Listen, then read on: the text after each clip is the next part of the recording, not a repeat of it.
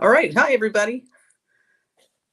I think that we are live now, and I'm having some technical difficulties, but thank you for joining the Free to Say Gay Town Hall. And we know that everyone wants to know what's the latest, where do we go from here, and what's happened today in legislative session. And the biggest message we want you to take away from all of this is that the fight is definitely not over. We believe that there's still the pressure that we need to apply to the governor toward veto. We're preparing the legal strategies if we have to take this to court, and we are working with allies to begin the push to repeal this. And the groundswell of opposition to what has happened in Florida is reverberating across the country. There are other states that are dealing with this same kind of legislation that are taking their lead from what they've seen us do in terms of building broad coalitions of support. And so we are looking forward to talking to you about where we are now, where we're going. And I want to turn it over to our public policy director, the person who has been on the ground in Tallahassee working this legislation. Please welcome John Harris Maurer. Thank you, Nadine. As Nadine mentioned, my name is John Harris Maurer, pronouns he, him, his. I'm the Public Policy Director for Equality Florida, based here in Tallahassee, where we are in the sort of waning days and hours of Florida's legislative session, and it has been a grueling one. As folks know, we just, as of this week, have had the Don't Say Gay bill pass both the House and Senate chambers. So this bill has gone through several amendments and iterations as it has churned through the process. Some really important points where we had victories along the way and more fight to go. So the next stop for the bill is to go to the governor's desk. It is up to the legislature to take that specific action to pass it along. That doesn't happen automatically. So we've got a window of time when we can still keep up that pressure on Governor Ron DeSantis, tell him what he already knows well, just how harmful this bill is. When it talks about banning classroom instruction on sexual orientation and gender identity, we know that sexual orientation and gender identity are about who we are and who we love. And that is appropriate to talk about at every age. You know, the legislature has tried to suggest that sexual orientation and gender identity are something taboo that we shouldn't be talking about. But we know that LGBTQ people are a normal, healthy part of our world. And it's always appropriate to talk about our identities. We have young LGBTQ folks as early as K through 3 right now, and certainly up through all school grades. And we have, young folks who are the kids of same-sex households, and they deserve to be seen in classrooms and acknowledged just like any other families. So unfortunately, this ban on talking about LGBTQ youth, LGBTQ families, and LGBTQ history in K through 3 and beyond K through 3, unless it is determined to be age appropriate, has made it this far, but the fight continues. So I know we're joined tonight by a number of terrific advocates who've been fighting in this process, students, lawmakers, and I'm seeing lots of folks in the chat and comments already who I know have been up in Tallahassee day in and day out as part of this fight. And I'm so grateful for all of you.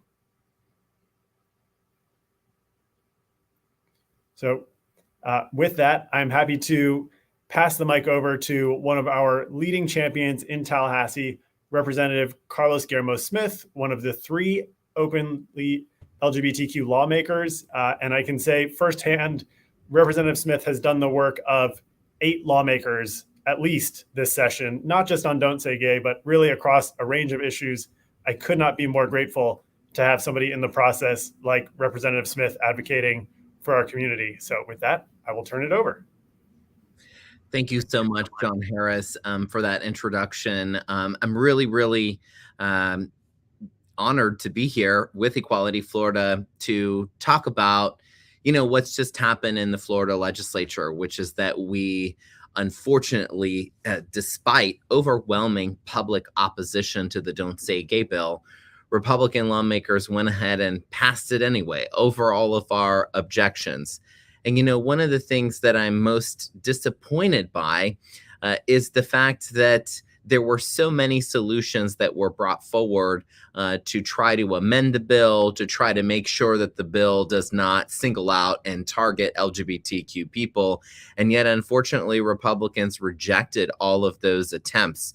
You know, the reason we call this the Don't Say Gay bill is because it censors and prohibits classroom instruction on sexual orientation or gender identity. And just like John Harris said, inclusion and visibility for LGBTQ people as a healthy and normal part of every society and every school is always age appropriate. You know, one of my main concerns with this bill is not just the text, the black and white text in front of us, which is bad enough already, but I'm also concerned about the negative message that it sends our young people, that somehow there's something so wrong or so inappropriate about LGBTQ people that the legislature wanted to go out of its way to prohibit classroom instruction about us in Florida statute. You know, what often happened is proponents of the bill would misconstrue what was included in the bill. They would say things like, oh, we shouldn't be talking to our kids about sex ed. We shouldn't be including instruction about sexual activity or sexual acts in front of our kids. And the reality is that's not in the bill. The bill does not prohibit classroom instruction on sex ed. It prohibits classroom instruction about a group of people, LGBTQ people like you and me, John Harris. And so we are committed to continuing to fight against this bill. I'm joining you from the state capitol, from my office right now, as we are still in the legislative session. And I just want to say this as far as a message for our young people who have seen the Don't Say Gay bill has passed and is now going to Governor DeSantis's desk. They may be scared. They may be struggling at home to find support from their parents or from their communities. And, you know, here's what I want to say to those individuals, to those students, to LGBTQ youth. You know, I used to be you. It gets better for sure. But remember that folks like myself, Equality Florida, other legislators and allies, we see you, we love you, and we will get up and fight every single day for you because we know that your lives are worth fighting for. Absolutely. Well, with that, I will welcome Nadine back with us. But thank you, Carlos, again, for just everything you've been doing for weeks and months to battle this terrible legislation. Thank you to Equality Florida, and thank you to the students who have elevated their own voices throughout this, the student protests, the students coming to the Capitol. I can tell you that made a huge difference, and it sent a real message. And I'm looking forward to continuing to work with those students to make sure that we fight back against this bill. Thank you so much, Carlos. You've been an absolute tireless champion, and I mean that. I think you were talking to me at almost midnight last night as we continue to build a strategy for how we're going to push back and make sure that not one single child, not one single family, not one single classroom is made less safe because of this legislation. But an excellent segue to one of the real bright lights in this moment. I often say they have miscalculated if they thought they were going to sneak this legislation through. As we know, they filed it on the very last day that you could file legislation. They put it on the fast track to move it as swiftly through, and they did not count on the incredible opposition that has come from every sector, from parents, from child welfare agencies, the American Medical Association, the American Bar Association, all of these places where the folks who care the most about children, who work most closely with children, including Republicans who work most closely with children, all rejected this legislation. But the folks who will bear the brunt of this are the students themselves. And I think John Harris did a good job of reminding us that while they say K through 3, there's language in there that would allow them to extend this to K through 12. And so the student-led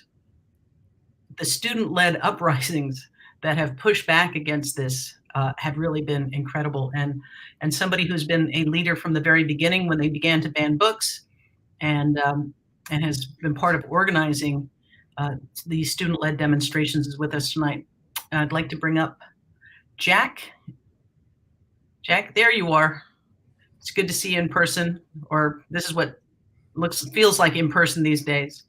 But welcome, thanks for joining us, and tell people who you are and how you dove headfirst into leading this student revolt against the Don't Say Gay bill. Yeah, I apologize if you guys hear my dog barking in the background. So my name is Jack Petos. I'm a 17-year-old student activist living here in Flagler County, Florida. I identify as gay. My pronouns are he, him, his. I am the founder and director of my own youth activist organization here in Flagler County called the Recall FCSB. And I am a student, I'm a political strategist at Gen Z for Change. I am just so honored to be here today with all of you.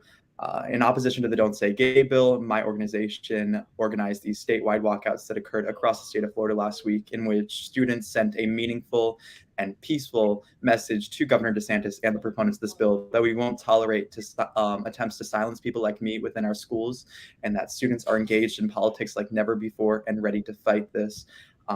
This bill is so detrimental to my community, and I will continue to be an advocate on behalf of us, and just hoping to inspire other students to, hold up the torch and continue to fight. So, yeah. Jack, one of the things that we saw since that day of planned student walkouts have been some pretty spontaneous student walkouts that have happened since. I want to shout out Madeline Duggar and so many of the Tallahassee-based young people who have marched to the Capitol and formed a gauntlet that made legislators look them in the eye before they went and cast their vote. But what have been the repercussions for you as a leader in this? Yeah, so I think we're already seeing the impacts of this legislation and just attempts to silence people like me. At my school district, we faced a lot of pushback for our attempts to make a message be known to the student body, and to Florida lawmakers that we won't tolerate this. And with organizing our rally, I faced a lot of pushback from my school board that has been kind of embroiled in controversy in the past regarding LGBTQ+ issues. We work with them every step of the way. We try to make this a successful event, and we were collaborative and conform to their standards. And at my rally, they tried to confiscate pride flags and stop the pride flag, the distribution of pride flags that we purchased for the event. Pride flags are not a political statement. Pride flags are a symbol of our embrace of our queerness and, acceptance and identity. And the school district tried to take that away from us. And I resisted. I went on my megaphone and I said, don't let them take your pride flags. Don't let them silence you. And for that, I was suspended from the Flagler County School District. I'm very thankful to be back now. But nonetheless, I was pulled out of school for 3 days because of this. And it was just a mess. And I really fear this is going to be a mere blip in what we're going to see if we don't fight this now and, try to overturn this legislation. And Nadine, if I can just jump in, I'm so impressed by all the organizing that Jack has done. And I think he's spot on. I mean, what we know is that this Don't Say Gay legislation is part of a broader censorship and surveillance slate that we've seen, unfortunately driven by the governor's office and sort of this run to the right for jockeying for position with former President Donald Trump for the 2024 presidential primary. But whether it is the Don't Say Gay bill, whether it was the Stop Woke Act, all these other bills, we've just seen this really worrying trend of legislation that is about censorship and trying to sort of instill this fear that will have a chilling effect on our willingness to speak out, to be ourselves, to have difficult conversations. And it is truly a concern. And it's part of why it's so important to make sure that we are laying down a flag right now and saying that we won't take any of it. Absolutely. I really hope people do understand that all of these bills are linked by a desire on the governor's part to continue to shrink our liberties. This is why we're seeing books being yanked off shelves. Overwhelmingly, they are books by Black and LGBT authors. we are seeing during Black History Month, the speakers who were set to talk about civil rights having their speaking schedule canceled. And one student, there's a speaker, Frederick Joseph, Pulitzer Prize winning writer, who was scheduled to speak and was told, all speaking gigs are canceled, so you don't have to show up. And a student wrote to several speakers who had been canceled and said, what they told you wasn't true. They only canceled Black speakers, and your speaking gig has been replaced with a white Republican lawmaker. So when we say that this is about censorship and surveillance, we're talking about the governor insisting that there be monitors and electronic surveillance of teachers so they can monitor every conversation they have with students. We're talking about books being banned. We're talking about portions of history being hidden and erased. And so we've got to take this very seriously. This is an attack on the LGBTQ community, but it's not simply an attack on our community. It is part of a broader restricting of rights. And when DeSantis says free Florida, he means we're free to do as we're told. And if you go along, there's rewards. And if you're a critic, there are punishments. And so we see that playbook in authoritarian countries, like Russia, where Putin has pushed the same kind of anti-LGBT propaganda laws. I want to keep the conversation going.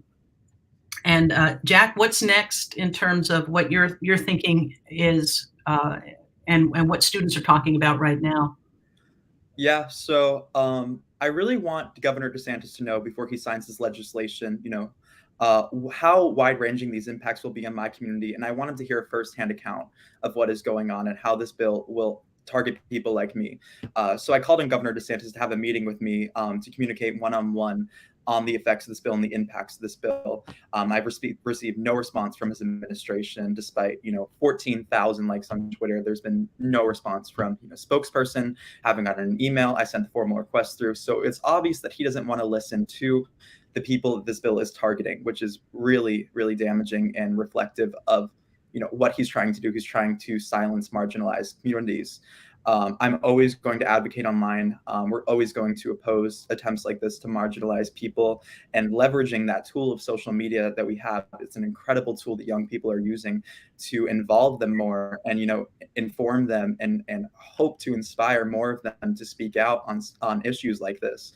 And even moving forward in the November elections, I think that the Florida GOP is going to be meeting Generation Z this year, and they're going to see how capable we are of getting to that ballot box and making our voices be heard.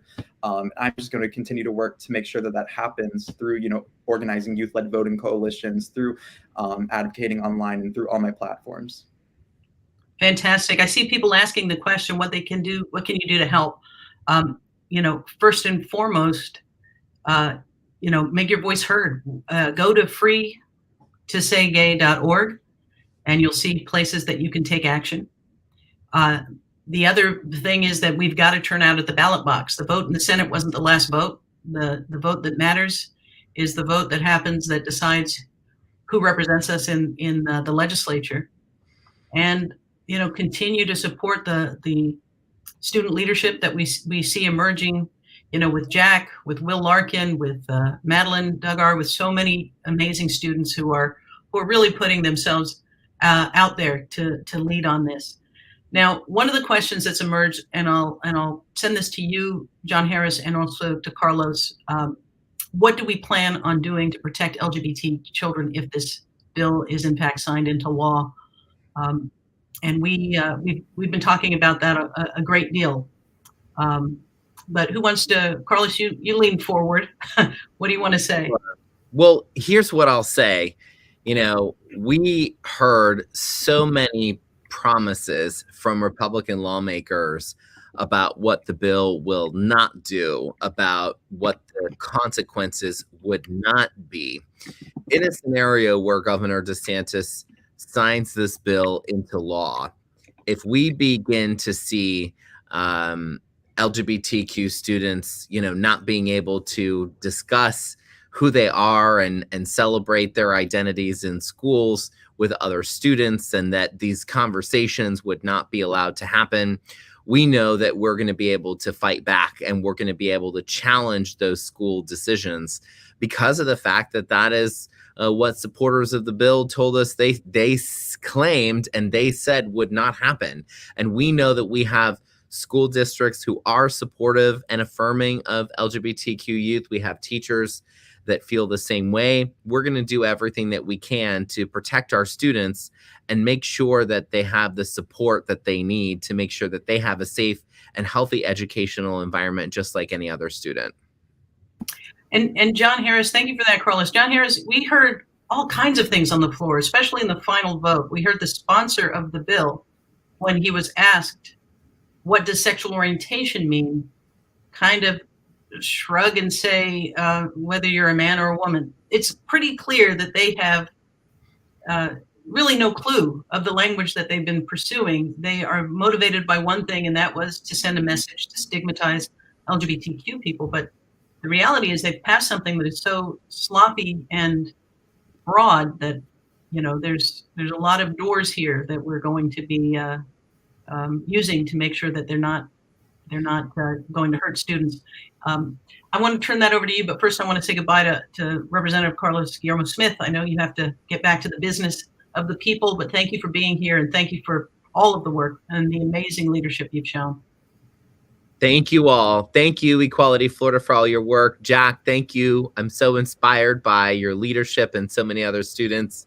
Please say gay anyway, and we will be in touch. We will be out there, certainly on the streets, working alongside you to beat back against this bill. Absolutely. Well, a great note to leave on for Representative Smith. And as Nadine mentioned, I mean, that final floor debate was really illuminating, where they just started saying out loud what we've sort of known was true to begin with. I mean, the anti-LGBTQ animus driving this bill was them saying the quiet part out loud. When you had Senator Dennis Baxley, who's the bill sponsor, saying, you know, he thinks that people are just coming out because young kids want to be celebrities, and that they're just, you know, trying on these identities. And Senator Jason Pizzo, along with Senator Tina Polsky, did a great job of sort of teasing this out and showing that this is just invidious discrimination. At the end of the day, this bill is not about sexual orientation and gender identity broadly, that we know that every Floridian has. It is about the LGBTQ community, and it is about this fear of people coming out and stepping into that identity and being themselves authentically. It is a bill about erasure, and it's about erasure of the LGBTQ community, not other communities. So as much as they've tried to say that it, you know, applies to everyone, and that's not what it's really about, we all knew from day one, you know, what the target was behind this bill, and they finally made it clear. And I can tell you that my phone was immediately blowing up with messages from legal partners within the state and around the country who were watching that debate and could just see this for exactly what it was. Well, absolutely, and I think one of the things we have to acknowledge, despite the fact that "Don't Say Gay" is the nomenclature that is taken off nationwide, that the animosity towards the trans community has animated this legislature, this governor, and really, from even last session, put a target on the back of trans young people and adults. And I want to go ahead and bring to the stage our own Nicole Parker. Welcome, Nicole. Please go ahead and introduce yourself, and let's talk about what we are doing to counter this strategy they have of not just attacking, but dehumanizing and marginalizing trans youth and adults. Absolutely. Thank you so much, Nadine. Hi, everybody. My name is Nicole Parker, Director of Transgender Equality, and my pronouns are she and her. You know, LGBTQ plus youth already face alarming rates of bullying and suicide, and these rates are even higher in the trans community. Schools are often a safe space for trans kids to be themselves, figure out who they are, and talk to their teachers and lean on them, because a lot of folks can't go home and talk about who they really are. And Our teachers who dedicate their lives to educating youth have been censored and stopped from nurturing a space where kids can just be themselves. And I'll be honest with you, let's call it what it is. There's a weird obsession with radical politicians and trans youth. It's a bit odd. I haven't been able to kind of figure out what that is, from the trans youth sports ban, which stopped trans girls from playing sports in schools, now to the Don't Say Gay bill. It's this intentional attack on our community to try to further segregate us. And it's not right to spin this incorrect narrative that gender identity or sexual orientation can be taught or forced upon. And contrary to the belief of some lawmakers, I just want to say my transness is permanent and it's not make-believe. Right on. Well, thank you. And you know, we're doing we've been calling this at Equality Florida the year of storytelling, because what we know, and I think what the students also reiterate, is the most powerful truth we have to tell is our own lives. When they try to turn us into caricatures and just political pawns for their political ambitions, we have always benefited from being able to tell the story of our authentic lives. And so we're going to be investing in that, investing resources in particularly lifting up the stories of young people, LGBTQ young people, and trans youth and their families in particular. Do you want to say anything about that, or tell people who might want to be involved, how they might get involved with that, Nicole? Yeah, sure. It's so important to bring our humanity to the forefront. Like I said, there's a narrative painted about trans people that, you know, we're pedophiles and groomers and that we're forcing this upon people. And that's just simply not true. At the end of the day, I am a human being that just wants to live happily and authentically like anybody else.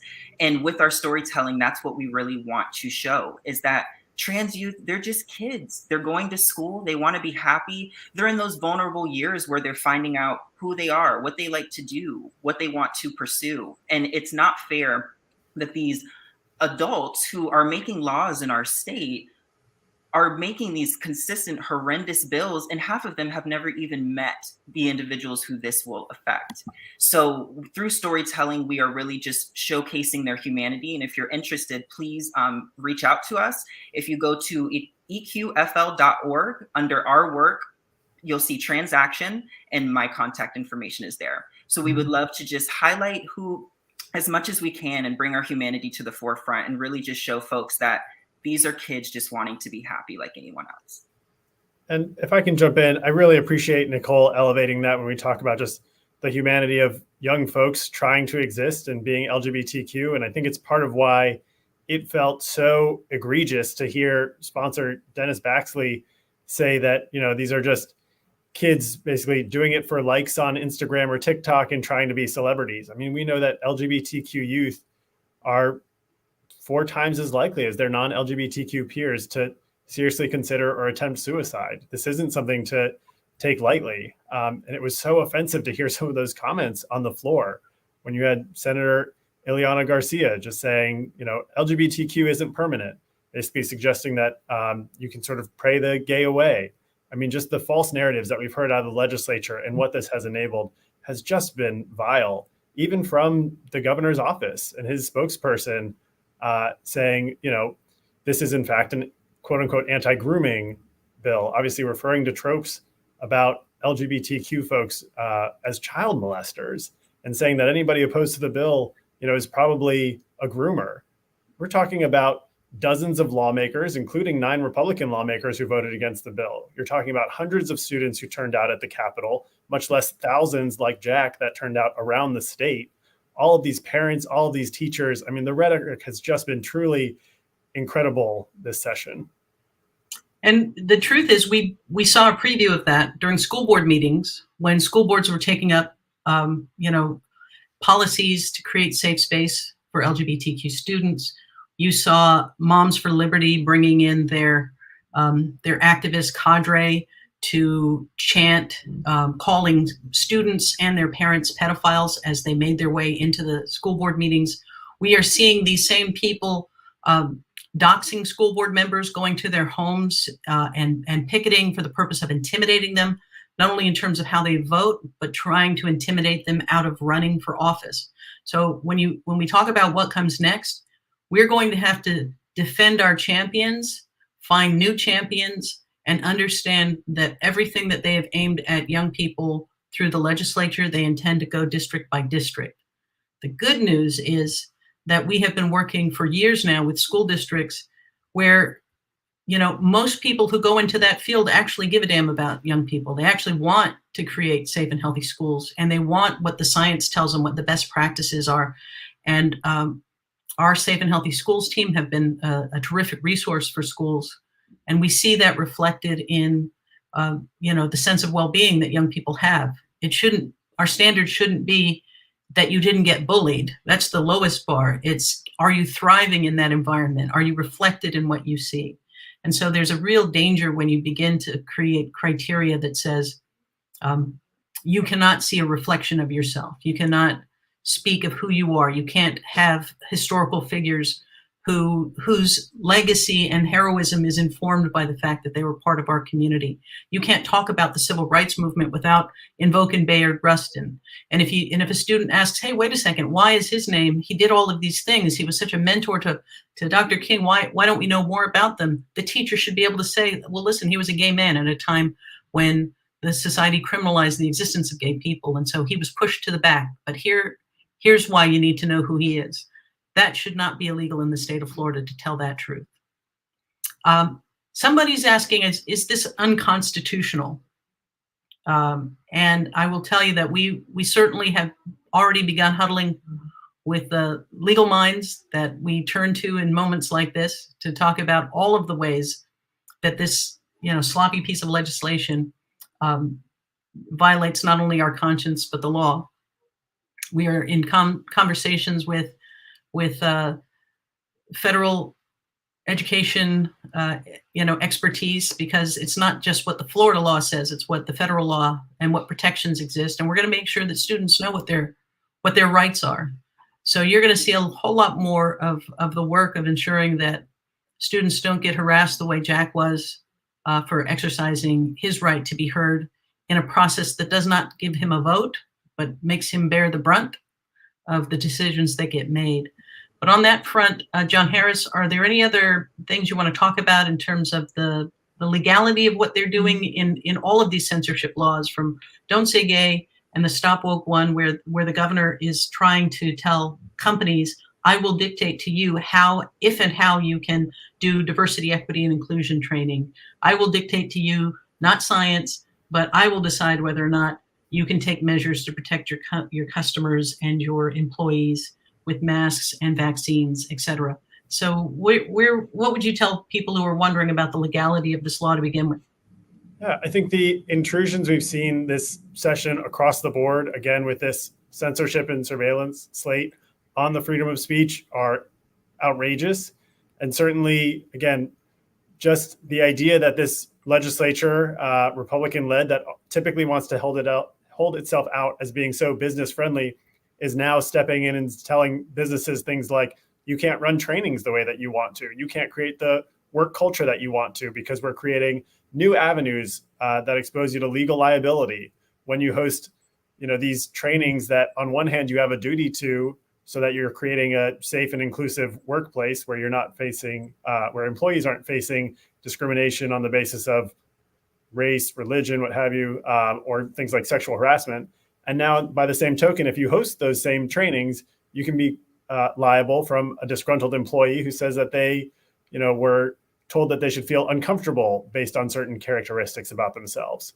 So it's set up this bizarre sort of catch-22 of legal jeopardy that is really about, I think, curtailing freedom of speech.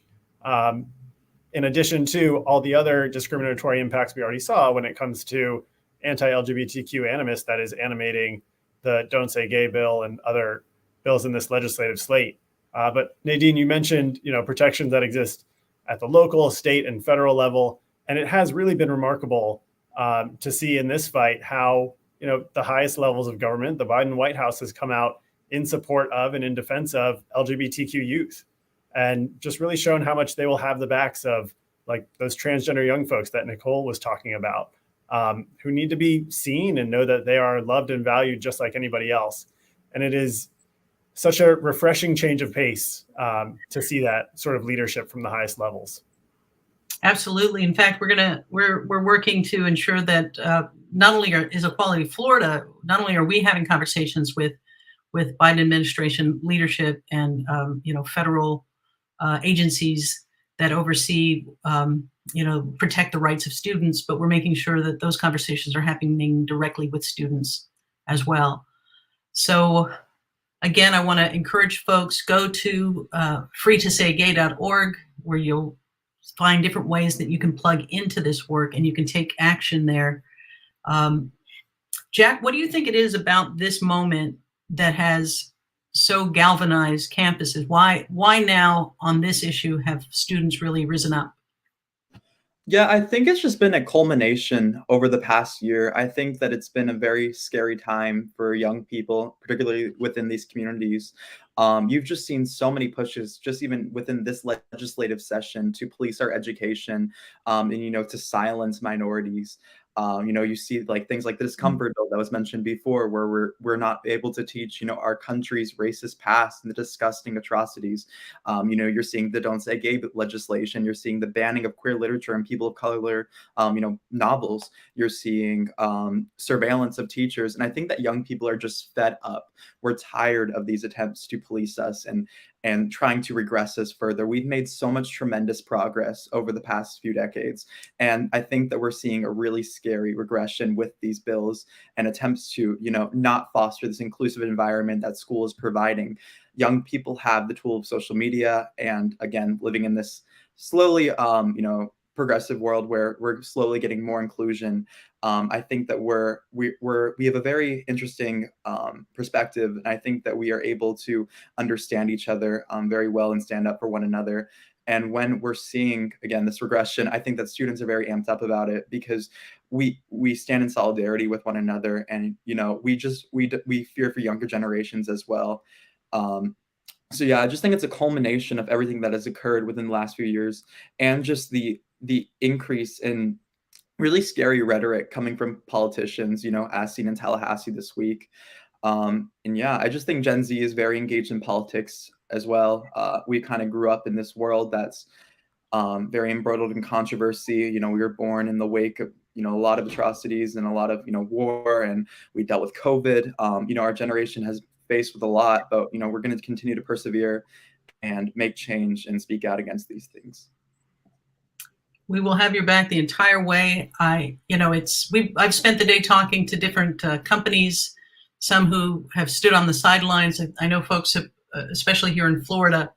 I've been on the phone with Disney employees in tears, saying, "I don't recognize the company that has been my home, and I know that their voices within that company are being heard." And there's an indication today that Disney is sort of reversing the course and saying, we're going to step forward and fight this.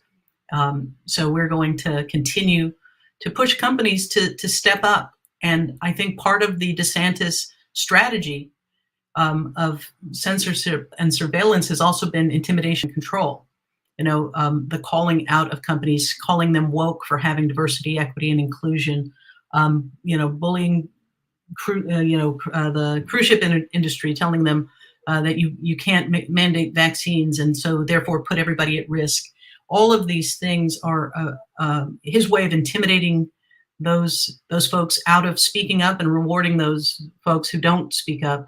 And I think right now, all of the companies that have in their policies these values of diversity and inclusion and LGBT protections, now is that gut check moment. In every civil rights struggle, there's been a moment, whether it's the Montgomery bus boycotts, when the merchants rose up and pushed back against their entrenched city council members and said, we've got to find a way forward. In Johannesburg and during apartheid with the township boycotts, where it was, again, the businesses that said this is unsustainable and you have to and push the government. These are those moments. And I want to say to the companies that have been sort of bullied into silence or rewarded for being silent, your employees see you, we see you, and that silence is palpable, and it's dangerous, and it won't protect you.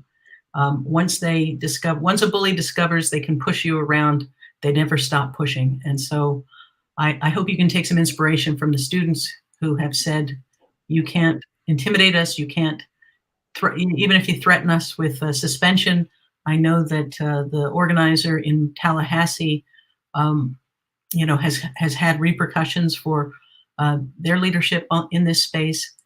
And if they've got the courage to stand up, I would say to the companies that espouse those virtues, those values, you got to walk the talk, or that's not a reflection of your values. Those are just marketing materials, and you are letting everybody down. So. And if I could just comment on that really briefly, I think that a lot of action that we're seeing from these corporations is reactive rather than proactive.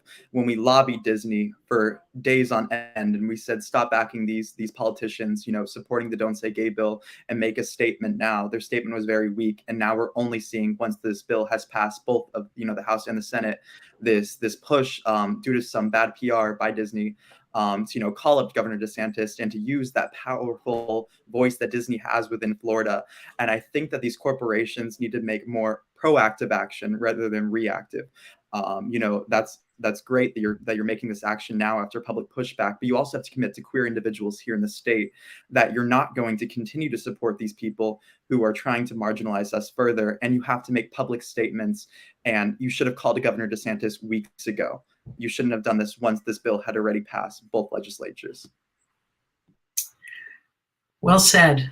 Well said. And if we get the opportunity to sit down with leadership, we're going to make sure that whatever door opens, students are coming through that door as well. So, folks, the work continues. We are far from done, and we are going to continue to press for a veto by the governor. We're going to continue to build the legal defense so that there's not a single student, not a single family, not a single classroom made less safe by this law. We're going to hold them to the word salad that we heard in Senate chambers, where they couldn't even define the terms embedded in this legislation. But somebody in the comments said, if they're saying sexual orientation and gender identity, that means heterosexuality too. And this is what I mean when I say this language is written in such an absurd way that, if a teacher's pregnant and a student says, are you having a boy or a girl? The answer, according to this, should be, go ask your parents. I can't talk to you about gender identity. That this false narrative, this false equating of one's identity as being LGBTQ or heterosexual with a conversation about sexual activity and behavior is part of the sleight of hand they try to use to justify bringing this kind of anti-LGBT stigmatizing legislation to the forefront. The minute we push back and say, well, if your concern is about teachers having inappropriate sexual conversations with students, first of all, I'd argue that law already exists. But second of all, you had plenty of opportunities to amend to make that clear. And you rejected every one of those opportunities because your real purpose from the beginning was to stigmatize, isolate, and intimidate LGBTQ young people and the teachers who were sworn to protect them. Let me, I think we're getting close to closing time, but I want to make sure that we do another round of any thoughts that you have around, what you would tell people. I know a lot of people who haven't been politically engaged found this moment to step up. But what message do you want to send, whether it's to the governor, to elected leaders, or to people who are watching, who are shaking their head going, what happened to our state? What message would you send to them? Who wants to go first? Well, I'll jump in first. And I just want to share my thanks and say how incredibly inspired I've been throughout this fight. It has been a really grueling and toxic time to be in the Capitol. But what has, I think lifted up our team for the fight every day is just seeing incredible work from young people like Jack, who've been organizing around the state. Folks who I see in the chat like Dan, who I think has now made 8 different trips to Tallahassee to tell his story and stand up bravely and talk about, his experience and the future that he wants with his husband for his 2 young boys who are in K through 3 and who are directly impacted by this, and talks about, their concerns about what they're hearing and whether they will be able to talk about their dads in their own classroom. I mean, this has such real world consequences. I think our lawmakers forget about those things when they are just out there looking to score political points. Folks like Mindy Washington and James Washington, who are educators who traveled across the state to talk about their experience and what they're seeing in the classroom and how important it is to make sure that they can be, a supportive resource for these kids who may not have another place that is somewhere of safety for them. It's just been truly incredible to see the outpouring and how much folks have engaged around this bill, because it is so egregious. I mean, we can all see just the harm that comes from this and the terrible message that it sends on its face. And so I'm just eternally grateful to everybody who has leaned into the fight already. As we said, it is far from over. And I so appreciate folks sticking with us. Yeah, I completely agree with you. And I want to say to LGBTQ youth, yesterday was hard, and we're human beings with feelings. And I know it hurt to see hate like that being spewed from the Florida legislator. However, don't allow what you saw in session to make you feel like you're not loved. You are loved. You are worthy. However you choose to express yourself is valid, and don't stop using your voice. And us as Floridians, we deserve better. LGBTQ plus youth deserve better. And we must not forget that it's power in the people, and we can vote these bigots out of office. And in the words of Marsha P. Johnson, no pride for some of us without liberation for all of us. Here. Yeah, I absolutely, agree with all of their statements above. This bill is going to be so detrimental to queer youth, and we have to continue to fight it. We can't accept this within the state of Florida. In the November election, I think that Gen Z is going to make, a big statement, and we have to continue to organize in that and get to the ballot box so that we can stop this regression that we're seeing. I also think that we have to be increasingly aware that this is not only centered in Florida. This is happening nationwide with LGBTQ plus youth. You're seeing this in Texas with the Abbott administration considering, trans youth, parents allowing, embracing their child to be considered child abuse. It's disgusting what's going on across the nation, and everyone in their own state has to take up, action and has to advocate on behalf of queer youth. And that's what I just want to leave you all with. Please make change. Wherever you are. If you're not in Florida, please continue to advocate. Well, and thank you for lifting up the fact that Florida is not alone in this fight. We may have been the biggest battle, the biggest state right now, but I want everyone who's listening to this to understand how much of a difference you leaning into this fight has meant, not just here in Florida, but nationwide.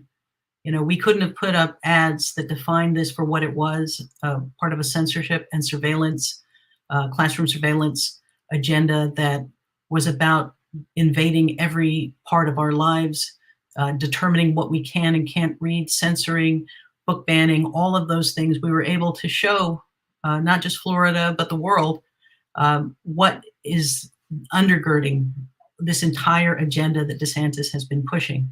And everything that we built here in Florida, other states are already accessing, or other states are already using to shape their battles. And they're benefiting from the blowback that has occurred in Florida in being able to talk to their legislators and say, look at all of the people who are aligned against this. The people of Florida have rejected this. Polling shows the majority of Floridians oppose this. You really, this is driven solely by the desire of our governor to secure the base in the Republican presidential primary and move them away from Donald Trump. And so this is not driven by anything else but political ambition and animosity towards our community. And so I just want everyone to understand that everything you're seeing online, all of the allies who have shown up, all of the celebrities who are retweeting those powerful images from the student walkout, everyone who is amplifying our message, that's being seen everywhere. And I hear daily from other states that are facing these same battles how much they appreciate what the volunteers, what all of our donors, what everyone who has leaned into this work has made possible for them as well. And then I think it's really important to shout out. We gave some love to Carlos earlier today before he had to jump off, but Michelle Rayner Goolsby in the House, the first Black queer woman elected to office in the state of Florida, has just been right there in this. And then Senator Chev Jones, the first out gay legislator in the Senate, who has really borne such a huge emotional burden of being the lone voice in that chamber, pushing back against these hateful lies. And if you haven't had a chance to watch any of the footage from that hearing, I really encourage you to. If you go to our Facebook page, you can just sort of scroll through and see some really powerful moments. And it's not just the LGBT lawmakers. We saw Democrats unite and speak on this issue, not in a perfunctory way, but from the heart. You saw them really, battle to push back on this narrative. And I want to salute the 9 Republicans who broke with their leadership at a time when we don't really see that happen. And they stepped up and they said, we have tried to make them change this from inside. We've tried to work with our leadership to make it happen. And they were unwilling to do it. So we can't support this because we know it's going to do harm. So we're going to keep pushing people from the sidelines to step forward, whether it's corporations, whether it's individuals who've never considered themselves particularly political. I hope it's been an eye-opener just how far this legislature and this governor will push us backwards if we let them. So I hope that everyone will go to freetosaygay.org, find a way to be involved, and follow everybody on social media so you can uplift the voices, not just of Equality Florida, but of these young leaders, not future leaders. They're leading right now. And we are proud to follow that lead and amplify their voice every time we get a chance. So I appreciate everybody stopping by. We'll have more updates as things progress. And I will also say this, we ran a commercial that had a young girl stepping to the front of the room to give her report on her heroes. And when she says, "My heroes are my 2 moms," you see this alarm go off, and it becomes clear that that's not permitted. And there's a moment where the teacher sort of looks down and then looks up and tells her, "You go ahead. You should be proud." And it was important to us that we demonstrate that there were teachers who, when put in the position of either doing what's right for students or following an evil law, will do what's right for students. And we're hearing from them every single day that they are not going to turn their back on young people, and they're willing to take on the state to do what they swore to do when they became educators. So that spirit of putting the well-being of young people first and foremost, it radiates throughout Equality Florida. We will never stop fighting until this law is gone. And we are proud to join with people who will never stop fighting to make schools the place that all of us deserve when we were kids, and this generation deserves as well. Thank you all. And we'll talk to you soon. Take care. Thank you.